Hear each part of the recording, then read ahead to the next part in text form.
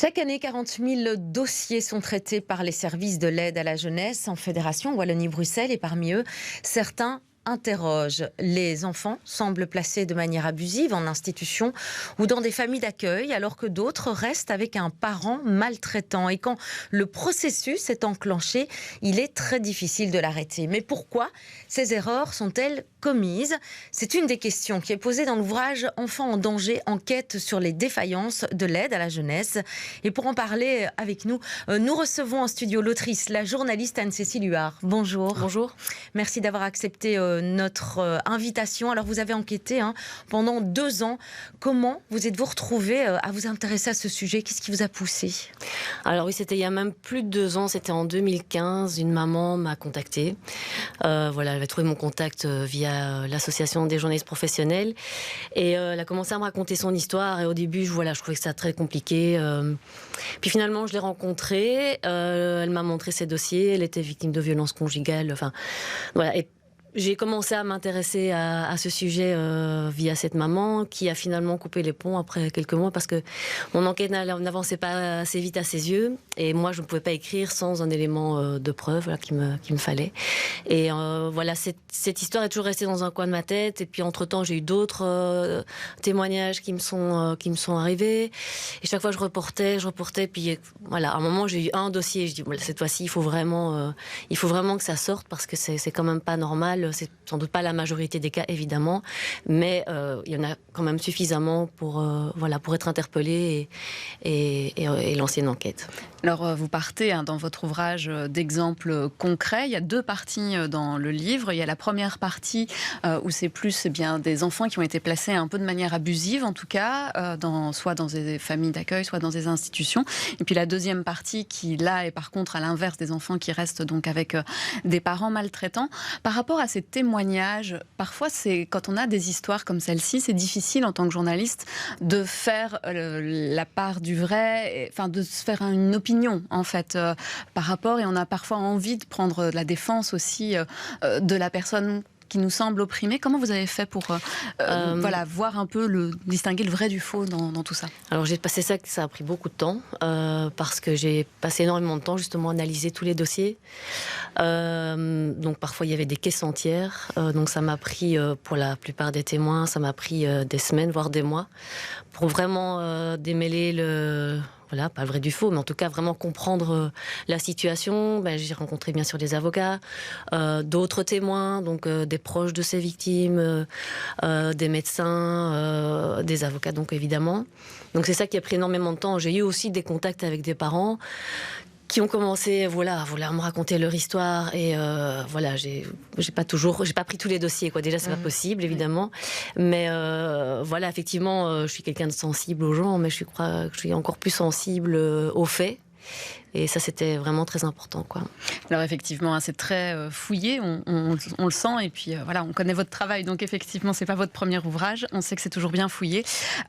Ici, par exemple, dans la première partie, vous parlez donc de ces exemples où des enfants sont placés dans des familles, où les parents, en tout cas souvent la mère, essayent de récupérer la garde de son enfant.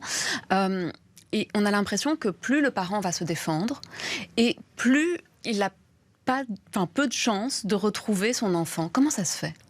Mais c'est ça qui est terrible, parce que en fait les premiers constats sont très très importants. Les premiers rendez-vous, les premiers contacts que les parents ont avec les services sont très importants.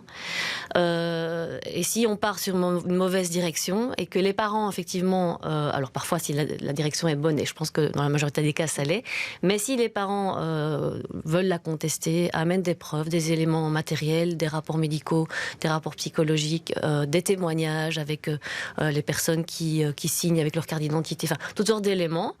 En fait, tout ça n'est pas vraiment pris en compte. Et c'est souvent trop tard, en fait, quand ils arrivent devant le juge de la jeunesse qui doit trancher pour voir s'il y a éloignement du milieu familial ou pas. Mais c'est souvent trop tard, en fait. Et puis, comme les juges préfèrent, parce qu'ils n'ont pas le temps, ou parce qu'ils sont assez proches aussi des services, souvent, et donc ils préfèrent désavouer un confrère non plus, un autre psychiatre. C'est très difficile, les gens ne vont pas se dédire. Et puis finalement, les parents continuent, et parfois, ils ne sont pas toujours Ils sont parfois un peu maladroits, mais on peut comprendre. Et ben voilà, on dit vous nous harcelez, vous voyez bien que vous êtes fous, parce que finalement ils finissent par s'énerver et donc c'est un peu, ça devient complètement absurde en fait. Et plus le temps passe, plus c'est difficile de revenir en arrière. Et vous en parlez de ce manque de temps pour les juges?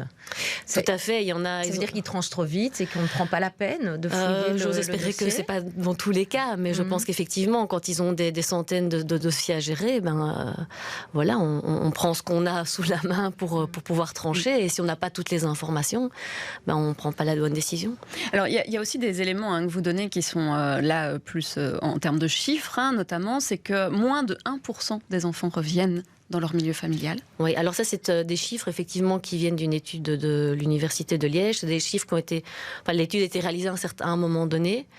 Voilà, l'administration a voulu un peu nuancer ces chiffres en disant que c'était 25% qui rentrent chez eux entre 2022 et 2023. Je crois qu'ils soit qu'ils rentrent chez eux, soit qu'ils vont dans une famille d'accueil, soit qu'ils sont mis en autonomie. Enfin, c'était pas très précis. Mais en tout cas, ce qui est sûr, c'est que un chiffre de 1% a été repris par la ministre Glatini, qui a confirmé que quand un enfant est placé, normalement, on doit appliquer ce qui s'appelle la double mesure. Donc l'enfant est placé et on fait un travail en parallèle avec les parents pour limiter la durée du placement. Donc ça, c'est la loi. Sauf qu'en fait, il n'y a pas de budget pour travailler avec le parent. Donc cette double mesure n'est appliquée que dans 1% des cas, effectivement. Voilà. Oui, c'est vraiment très peu. Et quand vous donnez aussi, à la fin du livre, vous expliquez que, en fait, placer un enfant, ça coûte extrêmement cher. On est à peu près à 35 000 euros, c'est ça, par an, par enfant? 58 000. 58 000 euros. Ah oui, avec, si on prend l'accompagnement, etc. En institution, c'est 58 000 euros, et en famille d'accueil, effectivement, c'est à peu près 30 000 euros. C'est énorme, en fait. On se dit que cet argent, il pourrait servir à un accompagnement plutôt que d'un placement quand il n'est pas nécessaire, en tout cas. Voilà, alors le budget de la prévention a été augmenté ces 5 dernières années, mais sans doute pas suffisamment encore. Et effectivement, finalement, ce qui coûte le plus cher, ce sont les prises en charge et les placements, surtout qui durent très longtemps.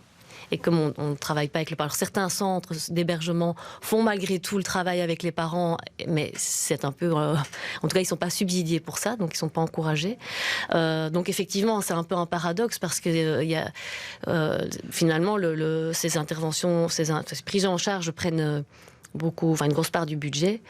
Or, peut-être qu'il y aurait moyen de travailler davantage en amont pour éviter ça. Oui, la prévention semble être un peu le parent pauvre dans l'aide à la jeunesse, en fait. Voilà. Et alors, il y a aussi des services qui sont là pour faire un travail en famille, mais eux aussi sont débordés. Et comme beaucoup d'enfants qui devraient être placés n'ont pas de place en institution, ils restent chez eux. Donc, les services d'accompagnement en famille s'occupent d'enfants qui, en fait, devraient être déjà placés, mais ils ne sont pas outillés pour ça. Donc, c'est un peu le serpent qui se mord la queue, quoi.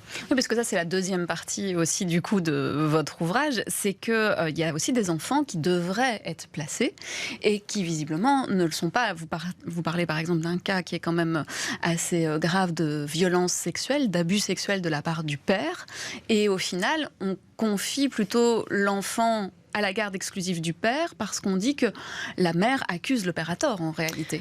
Voilà. Ça paraît assez fou. Moi, je ne connaissais pas l'aliénation parentale. Vous parlez de ce concept. Expliquez-nous un petit peu en quoi ça consiste. Oui, alors donc le syndrome d'aliénation parentale, c'est un concept qui a été créé, on va dire, par Richard Gardner, qui était un psychiatre canadien, je pense. Et lui, il s'occupait beaucoup des pères. Et bon, c'était un pédophile notoire lui-même, et il défendait les pères accusés d'inceste. Et donc, en fait, ces théories ont percolé au sein de différents secteurs. Il a écrit des livres. Il y a des personnes qui étaient un peu ses adeptes, on va dire, qui sont venus faire des formations en Belgique, en France, et pour dire que, en général, quand il y a conflit, quand la mère accuse le père de violence ou d'inceste, en fait, elle utilise l'enfant pour se venger du père, quoi.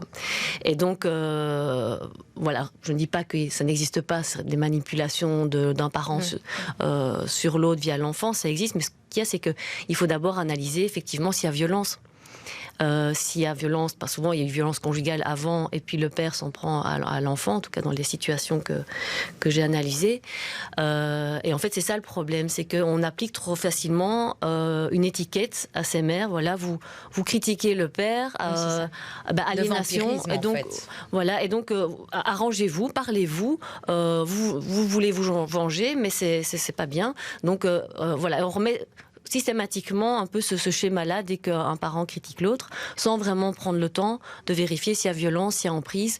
Or, c'est complètement absurde de demander à une mère ou un père qui a été victime de violence de discuter, d'organiser des médiations.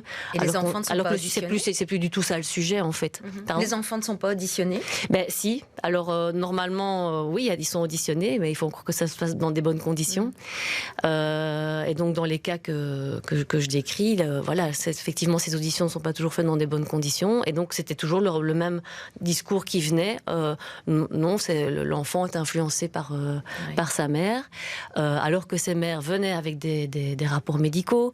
Voilà, il y a une maman qui a été au CPVS, donc Centre de prévention des violences sexuelles. Il y a eu un rapport disant qu'effectivement l'enfant avait été violé, et tout ça n'a pas été pris en compte, quoi. Et voilà, on comprend. C'est assez incompréhensible.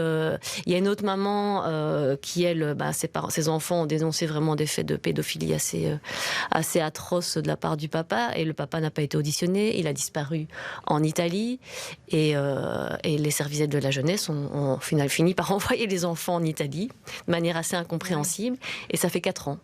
Et la maman n'arrive pas à récupérer ses enfants ni ses droits.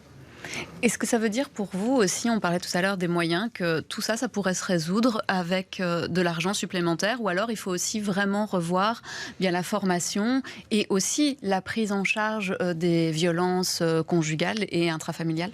Mais voilà, donc les moyens, bien sûr, ça joue quand on n'a pas assez de temps. Enfin, moi, je l'ai vu, le temps que ça m'a pris pour analyser ces dossiers qui sont très complexes. Donc, je comprends tout à fait que voilà, que ça mette du temps. Et si on a des dizaines de dossiers comme ça devant soi, oui, c'est compliqué si on n'est pas assez nombreux, ça c'est sûr. Mais par rapport, effectivement, il faudrait aussi pouvoir avoir plus de possibilités de contredire en tout cas les décisions, parce que ça c'est pas nécessairement question de moyens, c'est plutôt une procédure, en tout cas, qu'on n'attende pas d'être devant le juge pour pouvoir contester les décisions de départ si elles ne sont pas bonnes. C'est une première chose. Et puis alors une deuxième chose, c'est par rapport justement à l'aliénation parentale et toutes les violences intrafamiliales. Effectivement, je pense qu'il y a beaucoup de travail à faire par rapport à l'information, à la formation des intervenants. En tout cas, beaucoup de travail il y en a eu pour votre ouvrage, donc que je remonterai à l'écran, Enfants en danger, qui est aux éditions Keness. Merci beaucoup, Anne-Cécile Huard, d'être venue pour nous parler de votre ouvrage.